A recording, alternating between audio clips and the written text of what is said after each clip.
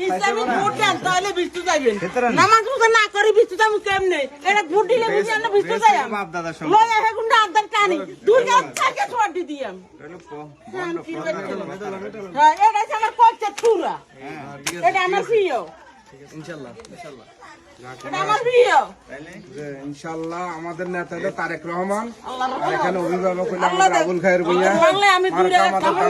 ইনশাআল্লাহ আল্লাহ যদি আরে বাসা এটা ছাড়া আমরা কিছু বুঝি না ওরে আল্লাহ যুক্ত করুক